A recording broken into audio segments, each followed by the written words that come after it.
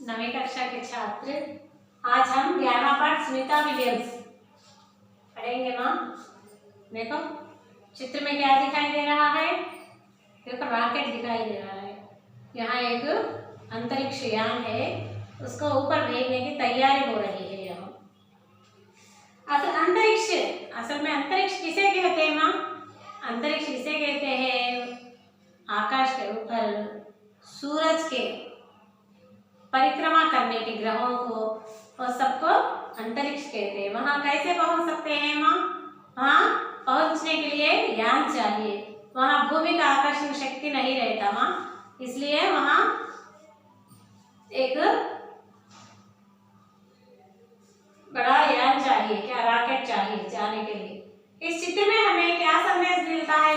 इस चित्र से हमें एक रॉकेट नहीं, कुछ मानवों का यानी वैज्ञानिकों का बुद्धि कुशलता हमें दिखाई देता है। बुद्धि कौशलता हमें दिखाई पड़ता है। यहाँ देखो उद्देश्य क्या है पाठ का? उद्देश्य साक्षात्कार विधा की जानकारी लेते हैं। ये साक्षात्कार लेने का अभ्यास। साक्षात्कार इंटरव्यू कैसे करते हैं, किससे क्या प्रश्न पूछते बड़ों से, उनसे हम अच्छे उनके भावनाएं हम भी सीखना। सुनीता कौन है मां? सुनीता अंतरराष्ट्रीय अंतरिक्ष केंद्र पर कदम रखने वाली पहली भारतीय महिला है। सुनीता कौन है? सुनीता देखो, सुनीता ये इसने क्या किया मां?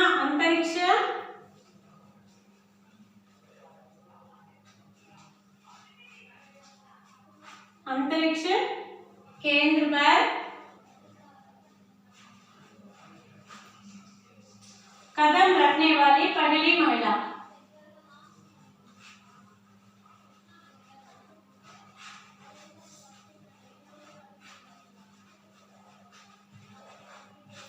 पहली महिला सुनीता विलियम्स।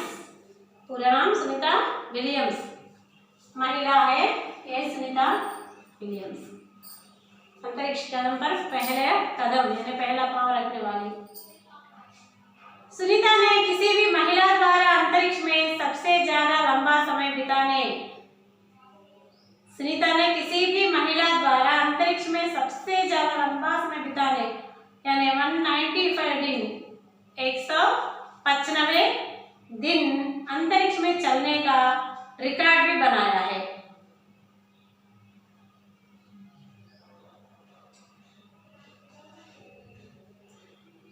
किसी भी महिला द्वारा अंतरिक्ष से में सबसे ज्यादा लंबा समय बिताना रिकॉर्ड भी बनाया। कौन? इन्होंने 195 डेज वही रहेगा इसने। इसके साथ साथ अंतरिक्ष प्रयोगशाला में ऐसे कई परीक्षण भी किए हैं और उसके लैब में भी बहुत किए इन्होंने, जो भावी अंतरिक्ष यात्रियों के लिए लाभदायक सिद्ध होंगे। भावी यानी फ्यूचर में सबको उपयोग होने वाले या उन्हों को उसमें परीक्षण किया है। सुनीता ने इस साहस अभियान में रुचि दिखाकर यहाँ प्रमाणित कर दिया। इसमें एहसास करके महिलाएं भी पुरुषों से किसी भी तरह कम नहीं, पुरुषों के समान है महिला भी। वे बड़े से बड़े लक्ष्य को साकार करने का साहस रखती है महिला भी। आइए सुनीता विलियम्स के पूछ के उन्होंने ये कारनामे कैसे दिखाया, इतना साहस कैसे किया, प्रश्न पूछे हैं। दुनिया में पायलट और वैज्ञानिक है। दुनिया में लाखों पायलट है और वैज्ञानिक है, किंतु अमेरिका में बड़ी मुश्किल से 100 अंतरिक्ष यात्री है। वह कौन सी चीज थी जिसने आपको अंतरिक्ष की दुनिया में कदम रखने के लिए प्रेरित किया? यह प्रश्न किया माध्यम से किनसे? विलियम से। दुनिया में लाखों पायलट वैज्ञानिक है ना, किंतु अमेरिका में बड़ी मुश्किल के 100 अंतरिक्ष यात्री है। वह कौन सी चीज है जिसने आपको अंतरिक्ष की दुनिया में कदम रखने को प्रेरित किया? सुनीता विलियम्स को पूछ गया।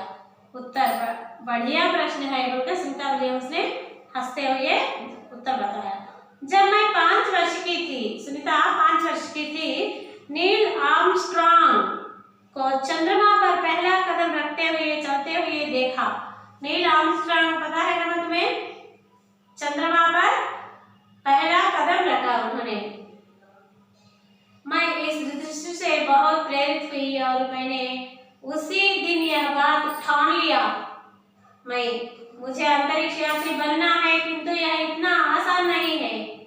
मैरीलैंड स्थित स्टेट टेस्ट पायलट स्कूल जाने तक अंतरिक्ष यात्री बनने का मेरा ये सपना ही रह गया। मैंने जहाज और हेलीकॉप्टर का पायलट भी के रूप में पेशा आरंभ किया पहले। इसी दौरान से मैं एक दिन जॉनसन अंतरिक्ष केंद्र पहुंच गई और यहीं पर मेरी मुलाकात जॉन यंग से हुआ। उन्होंने हेलीकॉप्टर और अंतरिक्ष यान की तुलना की। यह तुलना काफी प्रेरणात्मक है। मैंने शोध करके पता लगाया कि अंतरिक्ष यात्री बनने के लिए क्या करना चाहिए। हम कुछ भी काम करना है तो उसके बारे में जानकारी जरूर लेना चाहिए। मैंने इस क्षेत्र में शिक्षा प्राप्त करके और अंतरिक्ष की उड़ान के लिए मुझे बुलावा भी मिल गया, इन्हें आह्वान भी मिल गया। मैं अपने आप को बड़ी सौभाग्यशाली मानती हूँ और मुझे यह सुनहरा अवकाश मिला। यह प्रश्न क्या पूछा ना तुम्हें? कौन सा बात प्रेरित किया अंतरिक्ष यात्री के बारे में बोलता सुनीता विलियम्स ने बताया। और दूसरा प्रश्न, आज आप एक सफल एक कामयाब अंतरिक्ष यात्री है। जब आप अपने आप को देखती है तो आपके जीवन में मैसाचुसेट्स शहर का नाम है। मैसाचुसेट्स का क्या महत्व है? यहाँ के लोगों ने किस तरह आपकी सहायता की करके प्रश्न किया। जब उत्तर में हाँ, तो जैसा कि मैंने आपको बताया कि मेरा पालन पोषण बॉस्टन के समीप में हुआ। मैं यहाँ तैरते जाती थी, यहाँ स्विमिंग करते भी जाती थी। वह प्रांत हार्वर्ड में पड़ता है।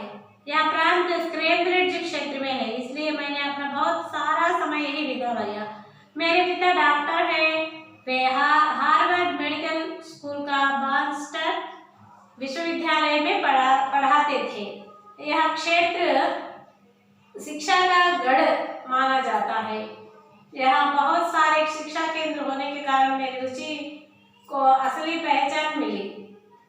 यही कारण है आज जो मैं आपके सामने दिखाई दे रही हूँ, उसमें यहाँ के लोग की प्रेरणा भी शामिल है। कभी भी स्कूल को नहीं भूलना, स्कूल से ही हमें अच्छा ज्ञान मिलता है ना। प्रश्न, अपनी पढ़ाई के बारे में बताइए।